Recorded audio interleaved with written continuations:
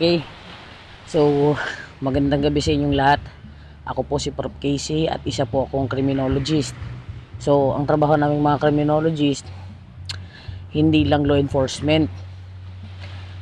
Usual misconception sa amin or maling paniniwala is talagang for law enforcement kami, but we are more on social science or social studies.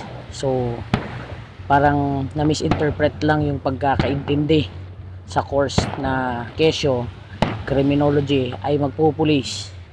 So ang ginagawa ko usual, ina-analyze ko yung mga bagay-bagay sa society, especially kung pwede siyang i-connect sa crime, no? So yung mga naririnig nyo palang tunog, fireworks lang yan. walang ibang bagay na nangyayari. So andito ako sa beach sa may bandang Nasugbu, Batangas. So maganda dito, maganda kasi nakakapag-relax ka kahit papaano, kahit may mga konting ingay, but siguro manageable naman, no? Nakakapag-relax naman.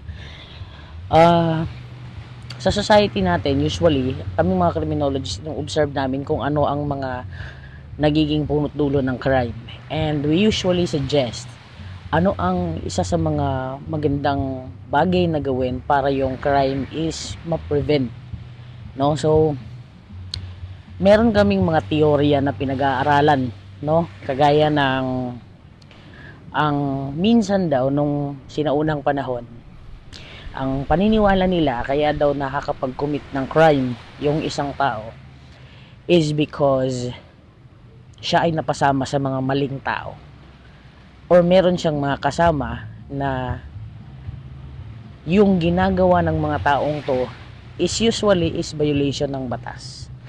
So ang tawag namin dito is differential association theory ni Edwin Sutherland. So ang differential association theory, kumbaga parang sabihin na nating tell me who your friends are and I will tell you who you are. So parang ginudge mo ako based sa mga kasama at sa mga kaibigan ko. So ibig sabihin yan, parang yung isang saying pa ng mga tao na birds with the same feathers flock together. So pag ang kaibigan ko ay magnanakaw, so ang tingin mo dapat sa akin ay ganoon ako, di ba? So nung sinaunang panahon, ganoon ang paniniwala nila. Kasi teorya naman yan eh. Hindi naman kailangang totoo or magkatotoo.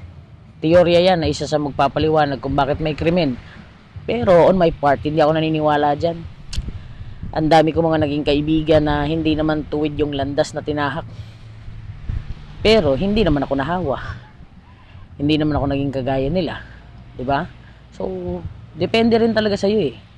Hindi naman ako nahawa. Hindi naman ibig sabihin nun na masasama yung mga nakakasama mo, kailangan mo ring maging masama eh. So hindi na siya masyadong applicable, but sa totoo lang, sa society natin ngayon, akala ko 100% hindi na siya applicable na teorya. Pero based sa mga na-observe ko, nagsisimula pa lang sa mga bata, sa mga kabataan, kapag nagko-commit sila ng violation ng batas, usual na reason, pinakaunang rason is napasama sa barkada. Yun yung pinakauna. Marami pa rin pala sa panahon ngayon na nakakapag-commit ng violation ng batas dahil sa udyok ng kasama o dahil na napapasama sila sa mga maling tao. Pero alam niyo ang isa sa pinakamagandang bagay dito, no, na parang individually mahirap siyang i-deliver. Mahirap gawin to. Isa sa pinakamagandang solusyon is i-apply yung isang teoryang pinag-aaralan namin, which is yung containment theory. Ang containment theory kasi, yung word nandyan na eh. Yung explanation nandyan na mismo sa word, which is yung word na contain. Alam mo yung parang yung demonyo sa ilalim mo, i-contain mo siya or ikukulong mo siya sa loob mo by controlling yourself. You just need to control yourself. Containment, ikulong mo yung demonyo sa loob mo. Kahit anong temptation ng violation or ng kasamaan ang humarap sa'yo, i-control mo lang yung sarili mo. yun ang isang bagay na magiging solution sa crime. Kasi kahit sino ang magiging kasama mo, kung alam mo paano kontrolin ang sarili mo, panalo tayo doon. Diba? Panalo tayo doon. Kumbaga parang sinasabi ko, sometimes depende talaga sa atin. Depende sa choice na pinipili natin at depende kung paano tayo mag-control ng sarili at gaano kalakas yung pagpipigil natin sa sarili natin. Kontrolado din natin yung mga bagay-bagay. Maliban kung meron kang karamdaman, hindi mo makokontrol ang isang bagay. Or maliban kung hindi ka pa sapat sa gulang para hindi mo makontrol lahat ng bagay. Choices ang dapat nating i-control. For example, nagkagit-gitan ka lang sa motor. Bago magsimula yung road rage, sinisigaw-sigawan ka nung halos kabanggaan mo. Pero hindi kayo nagkabanggaan. May baril ka. Tapos halos sapakin ka niya at saktan ka. So, nandito na tayo sa point na what if yung mga kasama mo nandyan inodyokan ka, ano pre? Oh, saktan na natin, birahin na natin. Tapos ikaw sa gilid, binabalanse mo. Saglit lang pre kasi baka pwede naman siguro pag-usapan. So, yung mga kasama mo, atat na atat ng manakit. Pero ikaw, sabi mo na ikaw pa yung may baril ha. Ikaw pa sabi mo, baka pwedeng pag-usapan na lang. Sabi mo. So, nakontrol mo ngayon yung possible na chaos. Bakit? Kasi kinontain mo yung inner demons mo sa loob mo lang. Kinulong mo siya eh.